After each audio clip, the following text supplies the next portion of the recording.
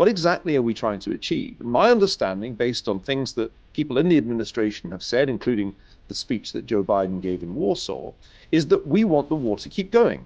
In the Warsaw speech, which I read carefully, Joe Biden talked about a protracted struggle comparable with the first Cold War, culminating in 1989 with the fall of the Berlin Wall, and then 2 years later with the fall of the Soviet Union.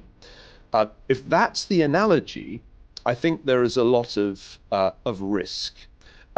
If, and I think this is also true, the analogy is with Afghanistan in 1979, if our idea is that we arm the Mujahideen, only this time the Mujahideen are Ukrainians, what does that mean? What it means is, of course, the utter destruction of Ukraine. Because think of what 10 years of war in Afghanistan did after 1979.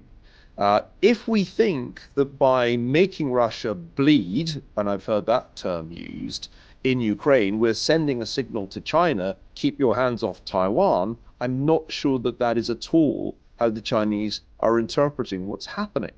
So what I see is a strategy that is in some ways cynical. Let the Ukrainians do the fighting, let them bleed Russia dry. But at the same time, it's a strategy that is in some ways over-optimistic, let me put it that way, in that they seem to think that sanctions plus attrition in Ukraine will bring about Putin's downfall, and that this will deter Xi Jinping from trying to grab Taiwan. And I don't think either of those things is at all likely. I don't think Putin's going to be overthrown. I think that's a really low probability scenario.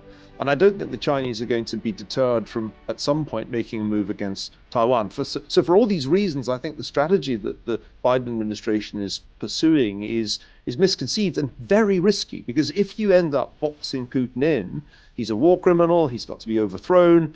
If he doesn't win his conventional war for control of the Donbass, what is he likely to do? Is he going to go on state television and say, I'm terribly sorry, I made an awful blunder, and I hereby resign the presidency of the Russian Federation? Or does he drop a nuclear weapon on Lviv to end the war by those ruthless means? I know which I think is the more likely of those two